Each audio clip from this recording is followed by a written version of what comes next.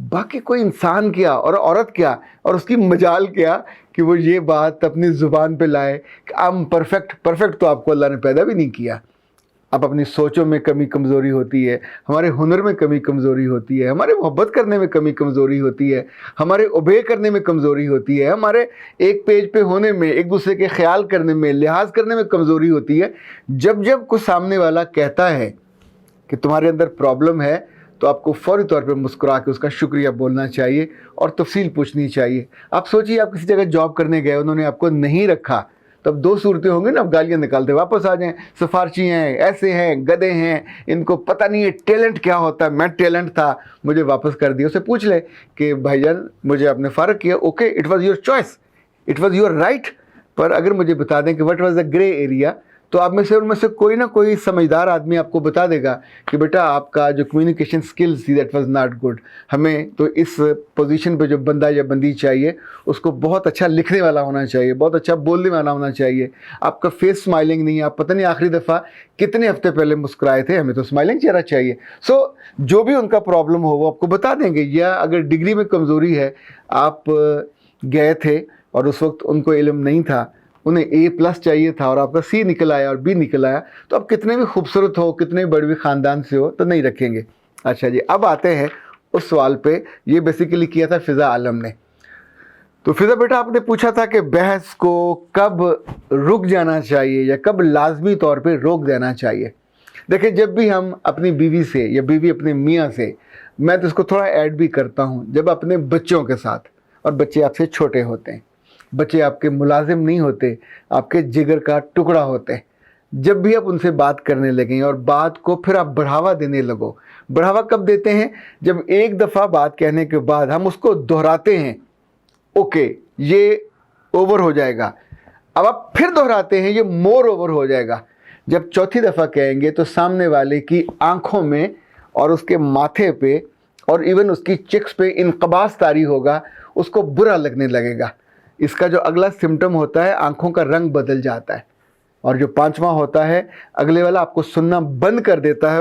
وہ اگر نگاہ جھکا کے بیٹھا تھا تو نگاہ اٹھا کے دیکھے گا. اب دیکھیں اس وقت میں آپ کو دیکھ رہا ہوں تو میری نگاہ میں ایک محبت ہے اور ایک یوں سمجھیے کمیونیکیٹ کرتے ہوئے میں بہت رسپیکٹ کے ساتھ آپ سے بات کر رہا ہوں.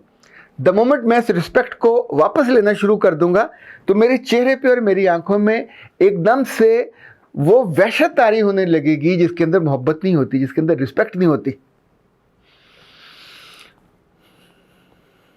پھر آپ کے سانس تیز چلنے لگیں گے, آپ کے ناک سے یا آپ اپنے ان دونوں ہونٹوں سے جو ٹھنڈا لمبا سانس لیں گے. یہ پیشنس کا آخری پیمانہ ہوتا ہے.